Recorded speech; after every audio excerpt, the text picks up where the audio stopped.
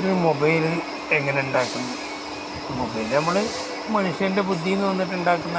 പഴയ കാലത്ത് റേഡിയോ ആയിരുന്നു, പലതും ഇപ്പം മാറിക്കഴിഞ്ഞു. കമ്പ്യൂട്ടർ, അതുപോലെ തന്നെ നമ്മളെന്താ പറയുക, പല സംഗതികൾ, LED, പല സാധനങ്ങളും ഇപ്പോൾ ഉണ്ടാക്കി തുടങ്ങുന്നുണ്ട്. ശരിയല്ലേ? അപ്പോൾ അതങ്ങനെ ബുദ്ധിൻ്റെ വികാസമാണ്. മൊബൈൽ ഉണ്ടാക്കുന്നതിൻ്റെ സൃഷ്ടികർത്താവ് മനുഷ്യനാണെന്ന് പറയാൻ പറ്റില്ല. മനുഷ്യൻ്റെ ബുദ്ധി ഉപയോഗിച്ച് സാധനം ഉണ്ടാക്കുന്നു. അതുപോലെ തന്നെ ഇപ്പോൾ ചിലന്തി എങ്ങനെ വല കിട്ടുന്നു? വല കിട്ടുന്നത് ചിലന്തിനെ അതിൻ്റെ ശത്രുക്കളെയും അതിൻ്റെ ഭക്ഷണം കഴിക്കാനുള്ള സംഗതികളെ പിടിക്കാൻ വേണ്ടി വല കിട്ടുന്നു.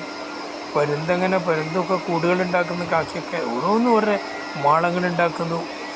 സർപ്പങ്ങൾ, പരുന്തതിൻ്റെ ചിറകുകളൊക്കെ എന്താ പറയുക, അതിൻ്റെ തൂവലൊക്കെ വടിച്ചൂരി കുറേ വാർദ്ധക്യം വന്ന രണ്ടാമതൊക്കെ പഠിച്ചു, രണ്ടാമത് വരുന്നവരെ ഒറ്റയ്ക്ക് ഇരിക്കുന്നൊക്കെയാണ് പറയുന്നത്.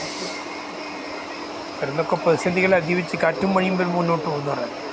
ഇതൊക്കെ ഒരാൾ ചെയ്യിപ്പിക്കുന്നതല്ല, അത് പ്രകൃതിയിൽ അതിനനുസരിച്ച് സ്ട്രക്ചർ കൊടുത്ത് അതിൻ്റെ ബുദ്ധി അങ്ങനെ കൊടുക്കുന്നതാണ്. അപ്പോൾ മനുഷ്യനെങ്ങനെ ഉണ്ടാക്കുന്നത്? മനുഷ്യൻ പ്രകൃതിയിലൊരു പരിണാമവശാൽ ഇപ്പോൾ മാറിക്കഴിഞ്ഞാൽ അവസാനത്താണെന്ന് പറയാം. ഇനി പുതിയത് വരുന്നുണ്ടോ എന്ന് പറയാൻ പറ്റില്ല. കുരങ്ങെന്ന് നമ്മൾ പറഞ്ഞ പോലെ 2% മാറിയില്ലല്ലോ. കുരങ്ങൻ്റെ സ്വഭാവം പറയണ്ട, അങ്ങനെ വന്നു തന്നെയാണ്.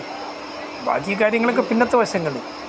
ദൈവത്തൊക്കെ അതിൻ്റെ വഴിക്കുണ്ടാവും, അതിന് അവനാനതായ നിർവചനങ്ങൾ കൊടുക്കുക.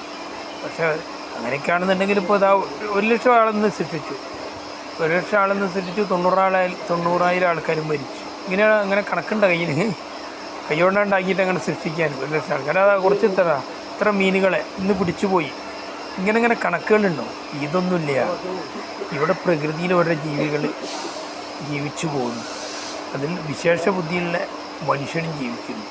ചിന്തിക്കാനും ഒരു കഴിവുണ്ട്. മനുഷ്യന് തോന്നുകയാണ് ഞാൻ ആരാണ്, അതങ്ങനെ ചിന്തിച്ച് കൊണ്ടുപോകാം. അല്ലാതെ അതിന് നമ്മളെക്കാളും വളരെ കഴിവുള്ള ഒരാൾ കൈവീശി കൊണ്ടിങ്ങനെ ഉണ്ടാക്കിക്കൊണ്ടേയിരിക്കുന്നു, കൊണ്ടുപോയിക്കൊണ്ടിരിക്കുന്നു, ഗതി മാറിക്കൊണ്ടുപോകുന്നു. പിന്നെ കൂടുതൽ സ്നേഹിക്കുന്നവരെങ്ങോട്ട് കൊണ്ടുപോകുന്നു, അങ്ങനൊന്നുമില്ല.